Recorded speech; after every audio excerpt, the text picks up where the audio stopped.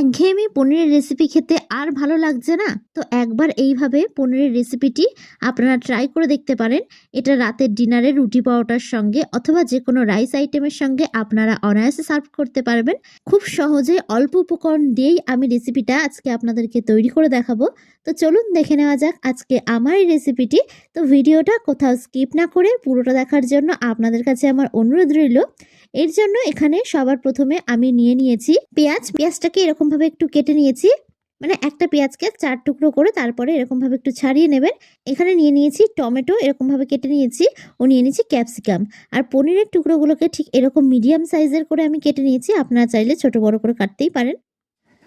এবার এখানে একটা মিক্সিং বোলের মধ্যে আমি পনিরগুলোকে নিয়ে নিলাম। এবার পনিরটাকে আমি একটু ম্যারিনেট করে নেব।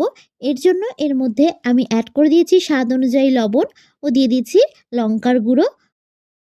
এবার এর মধ্যে অ্যাড করে দিলাম 1 টেবিল স্পুন মতন কর্নফ্লাওয়ার, ও দিয়ে দিচ্ছি আমি এর মধ্যে গোলমরিচ গুঁড়ো, মানে গোলমরিচটাকে আমি একটু আধা ক্রাশ করে নিয়েছিলাম। এবার এর মধ্যে সামান্য একটু পরিমাণে জল দিয়ে এটাকে হাত দিয়ে খুব ভালো করে আমি একটু মেখে নেব। ঠিক এইরকমভাবে আপনারা হালকা হাতে পনিরটাকে একটু মেখে নেবেন। আমি সবসময় ঘর থাকা উপকরণগুলো দিয়ে রেসিপিগুলো তৈরি করার চেষ্টা করি, যাতে আপনাদের রেসিপিগুলো তৈরি করতে কোনো অসুবিধা না হয়।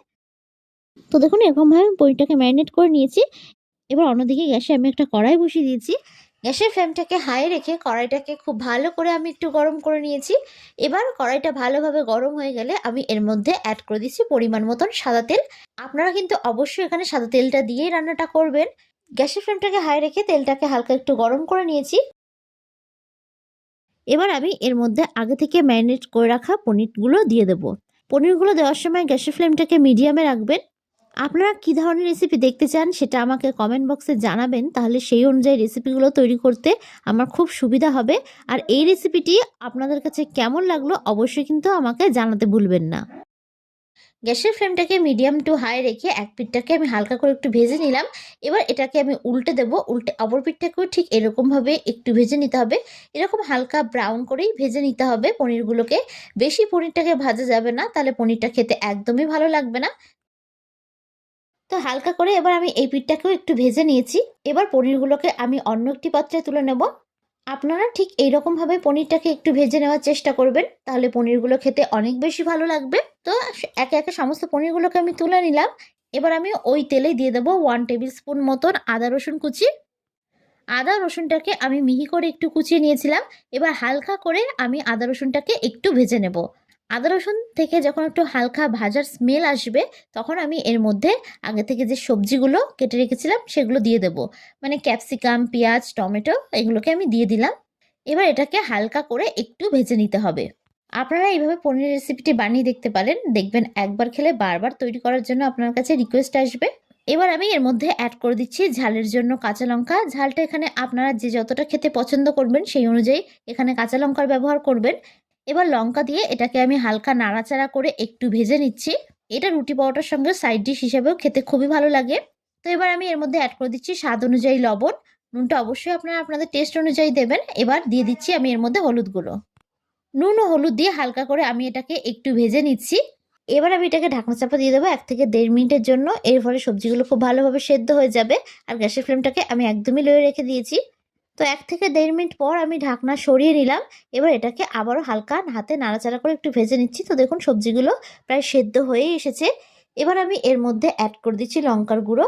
এখানে আমি কাশ্মীরি লঙ্কার গুঁড়ো অ্যাড করলাম। এটা পুরোপুরি অপশনাল, আপনারা চাইলে নাও দিতে পারেন। লঙ্কার গুঁড়ো দিয়ে হালকা নাড়াচাড়া করে এবার আমি এর মধ্যে অ্যাড করে দিচ্ছি 2 টেবিল স্পুন অনুযায়ী টমেটো সস, ও দিয়ে দিচ্ছি ডার্ক সয়া সস। এবার এটাকে দিয়ে খুব ভালো করে একটু নাড়াচাড়া করে নিচ্ছি। ভালো করে এটাকে আমি মিশিয়ে নিয়েছি। এবার আমি এর মধ্যে আগে থেকে ভেজে রাখা পনিরের টুকরোগুলোকে দিয়ে দিচ্ছি। পনিরের টুকরোগুলো দিয়েও আবারও খুব ভালো করে এটাকে নাড়াচাড়া করে মিশিয়ে নিতে হবে। আমার এই রেসিপিটি যদি আপনাদের কাছে ভালো লেগে থাকে তাহলে অবশ্যই একটি লাইক করে দেবেন। আর যারা যারা আমার চ্যানেলে নতুন বন্ধু তারা অবশ্যই আমার চ্যানেলটি সাবস্ক্রাইব করে দেবেন। আমার ভিডিওর আপডেট সবার আগে পেতে পাশে থাকা বেল আইকনটা ক্লিক করতে ভুলবেন না। আর যারা যারা ফেসবুক থেকে দেখছেন তারা রনিতাস ফুড প্লেস পেজটিকে ফলো করে দেবেন। তো পনিরটা দিয়েও খুব ভালো করে এটাকে আমি একটু ভেজে নিলাম। এবার আমি এর মধ্যে অ্যাড করে দিচ্ছি কর্নফ্লাওয়ার গোলা জল। মানে এখানে আমি একটু জলের মধ্যে 1 টিস্পুন মতন কর্নফ্লাওয়ার দিয়ে খুব ভালো করে গুলে রেখেছিলাম, সেই জলটাই আমি এখানে দিয়ে দিলাম। জলটা দিয়ে আবারও খুব ভালো করে নাড়াচাড়া করে আমি একটু মিশিয়ে নিলাম। কর্নফ্লাওয়ার গোলা জলটা দিলে এর মধ্যে একটা থিকনেস ব্যাপারটা আসবে।